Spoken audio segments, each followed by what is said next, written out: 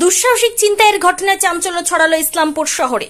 জানা যায়, ইসলামপুরের পুরাতন পল্লীর বাসিন্দা নিকুঞ্জ আগরওয়াল ইসলামপুর বাজারের আলুপট্টি এলাকায় মুদিখানা দোকান চালাতো।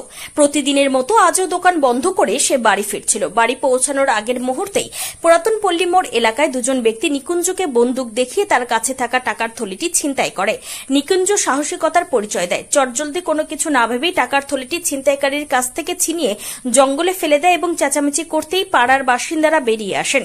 তারপর ইসলামপুর স্টেশন রোড এলাকায় এক বাইক আরোহীকে সেই ছিনতাইকারী বন্দুক দেখিয়ে নিয়ে যেতে বলে। তখনই স্থানীয়রা সেই ছিনতাইকারীকে ধরে ফেলে এবং বেধড়ক মারধর করে ইসলামপুর থানার পুলিশকে খবর দেয়।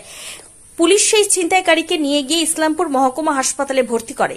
এদিকে স্টেশন রোডের বাসিন্দাদের অভিযোগ, ইসলামপুর শহরে ব্রাউন সুগারের কেনা বেচা প্রচন্ড পরিমাণে বেড়েছে, যার ফলে এসব চুরি ছিনতাই বাড়ছে। ইসলামপুর পুলিশ জেলা হওয়ার পরও কেন এত চুরি ছিনতাই, উঠছে প্রশ্ন। বিষয়টা হচ্ছে যে এরকম মানে বেশি সন্ধ্যাও হয়নি, রাতও হয়নি, এরকম ঘটনা ঘটলো, কি বলবেন দাদা?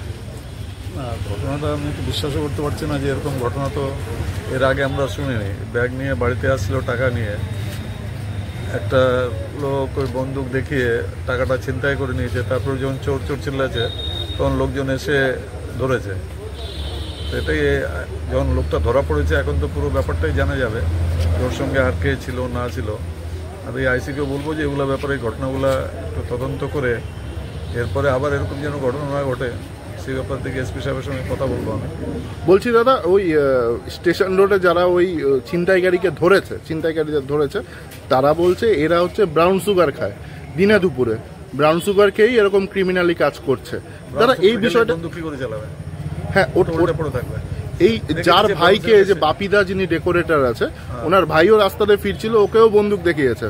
ঠিক আছে, উনি বলছেন, বাপিদাও বলছেন যে ইসলামপুরের বিভিন্ন জায়গায় ব্রাউন সুগারের কারবার। তারা শুনলেন, কি ব্যবস্থা নেবেন? না, ব্রাউন সুগারের কারবার হলে ধরবে, পুলিশ ধরবে, যারা যারা ব্রাউন সুগার খায় তাদেরকে ধরবে। আসলে ব্রাউন সুগারের সাপ্লাই চেনটাকে আটকাতে হবে। যার কাছ থেকে ওরা ব্রাউন সুগার পাচ্ছে ওই লোকগুলোকে ধরতে হবে, তাহলে কিন্তু এই জিনিসটা কন্ট্রোল হবে, নাহলে তো মুশকিল আছে কন্ট্রোল করা। দাদা প্রশাসনকে বলবেন এই বিষয়ে কথা বলছি।